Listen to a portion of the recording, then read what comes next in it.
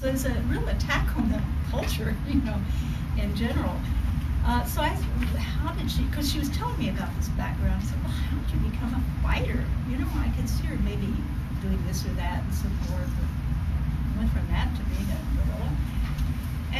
And she was one of many. I mean, she wasn't the only one. She said she had joined the movement after reading the women's liberation anthology, Sisterhood is Powerful. In 1970, she read it.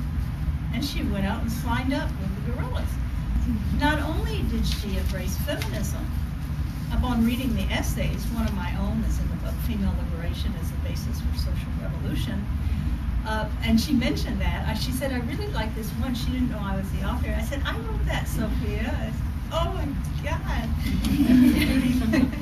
But also she became a soldier in the anti-imperialist national liberation movement. And I would find similar explanations from other Sandinista women. But that was then. Just as women who took up arms in North America and Europe, Sandinista women have developed a perspective on their role in armed struggle, and then, of course, they have criticisms of it. In 2002, another Sandinista militant, Gioconda Belli, published her memoir, The Country Under My Skin, a memoir of love and war. I reviewed this book in the Women's Review of Books when it came out in 2002. I also had become friends with Gioconda during the decade the Sandinistas held power. She was in charge of the foreign press, taking them around. She was a good friend. At the time she joined the FSLN, also from upper class, speaking perfect English, she began working clandestinely in Managua. She was already a very well-known and well-published and well-read poet in Nicaragua and all of Latin America and Spain. She was a celebrity writer already, and she gave all that. She went underground, and she was a housewife. She had children. She had a husband and children. Soon she would have to go underground because her father stopped work, and she became a fighter, a guerrilla in the mountains. So in some ways, Belli's story is a collective memoir, and I really recommend reading it. She writes beautifully for one thing. She is a poet, but it is also very profound, reflecting the experience of thousands of professional upper-class young women and men who abandoned their privileged lives to join what was at its base a mass peasant worker rebellion revolution. The story resonates with the experiences of the critical mass of women who became Sandinistas, nearly half the combatants and clandestine activists by the time of the revolution. Well, the Sandinista Revolution was not only national insurgency, not the only national insurgency to coincide with the women's liberation movement, which by the mid-1970s had spread throughout the world through the United Nations Decade for Women.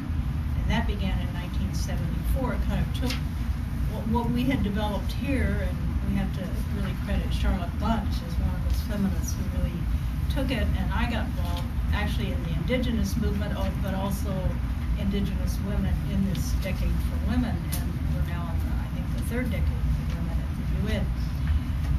In Southern Africa, Mozambique, Angola, and Zimbabwe won their freedom, right around this time through guerrilla warfare during the second half of the 1970s, and the Iranian, Afghan, Grenadian revolutions took place at the same time that the FSLN came to power in Nicaragua. Of course, the Afghan one got, overthrown pretty quickly, and the Grenadian one got overthrown in 1983, and the Iranian one, really, women were so involved, and then it got completely appropriated by the religious. Can you speak up a little? Yeah, I'm sorry. I'm almost finished. But with all of that, the FSLN was the first successful revolution consciously to recruit and incorporate self-proclaimed feminists into its ranks. And believe me, did the church ever not like that. It wasn't liberation theology in Nicaragua. The bishop was extremely vicious anti-communist. I would say he was close to being fascist in his views. Women like Gioconda Belli, Sofia Montenegro, Nora Astorga, Daisy Zamora, Myrna Cunningham, who's a Mosquito Indian. I worked mainly with the Mosquito Indians out in the eastern zone. And and dozens of others attribute the revolutionary consciousness, anti-imperialism, pro-working class, to their newfound feminist consciousness. In other words, they came from feminism and got involved. They didn't get, had they probably got involved first, they probably wouldn't have then brought feminism into it. So it was an interesting conjunction that I think we should appreciate just the process of how these things work and do it, more intentionally. Once inside the FSLN, they were not willing to simply cook and serve coffee and service male sexual appetites or to crank the Mimeo machines. Yet Belly faced the same dilemmas that are quite familiar to all of us, and this gets, all that I painted a nice picture, but let's look at the other side of that, how men dealt with it. And all of us, how hard it is to decolonize ourselves, in the way we're programmed. And so almost everyone who struggled with feminism, alongside working to halt imperialism and destroy capitalism, have had, to deal with contradictions. Before the FSLN came to power, and for 3 years after, Gioconda Belli was the companion. She tells a story in her book. It's not my, just my private knowledge. Was a companion of Henry Ruiz, one of the 9 all-male members of the FSLN directorate that ruled the country, and also the party, the Sandinista Party. It's the executive body. The relationship is straight out of Robin Morgan's The Demon Lover, an obsessive, humiliating, and self-destructive relationship from which Belli finally liberated herself and feminist ideals that she had sacrificed. Even though she believed in them already, she got involved in this relationship. She writes, "I didn't know how to be alone. I had exposed myself to bullets and death. I had smuggled weapons, given speeches, received awards, had children, so many things, but a life without men, without love, was alien to me. I felt I had no existence unless a man's voice said my name, and a man's love rendered my life worthwhile. It was not a question of denying men a role in my life, but I was determined to stop being emotionally dependent on men. I no longer wanted a man to have life or death power over me." So in her memoir, Belli argues that there would not have been a triumphal revolution in Nicaragua without the women, and specifically without a feminist consciousness that allowed women to fulfill their powerful potential. And she argues that a fatal flaw that contributed to the FSLN's 1990 electoral defeat was the systematic exclusion, continual, after the revolution, exclusion of women from top leadership positions in the government, foreign policy, and the military.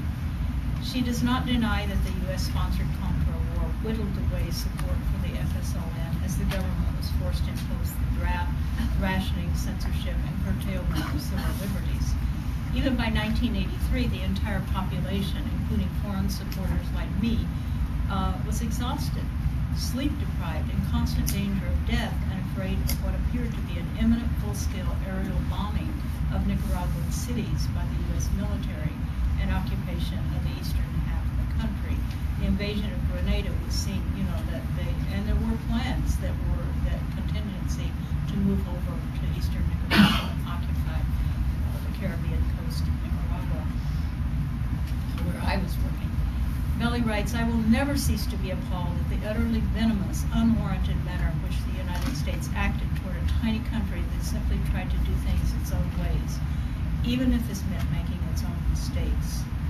Gioconda Belli and hundreds of other Sandinista feminists, as well as a number of Sandinista men, broke with the FSLN following the electoral defeat, forming the Movement for the Renovation of Sandinismo. That has a kind of unfortunate acronym, MRS, but it's not meant to be that way. It doesn't mean anything in Spanish, MRS. Here it sounds a little funny. And it has a very strong feminist base. These women I've named were the ones leading that. There's some very good prominent men involved in it as well, like Ernesto Cardenal, others. The FSLN is back in power in Nicaragua, but is a mere shadow of what it might have been had feminism prevailed, and may one day become again because of the Sandinista women's power and involvement. You don't put that back, the genie back in the bottle. It's still there as a vibrant force. Kelly's closing words are a call to stay in the revolution for the long haul for all of us. My deaths, my deads are not in vain. This is a relay race to the end of time. In the United States, just as in Nicaragua, I am the same Quixote who learned through life's battles that defeat can be as much as an illusion as victory.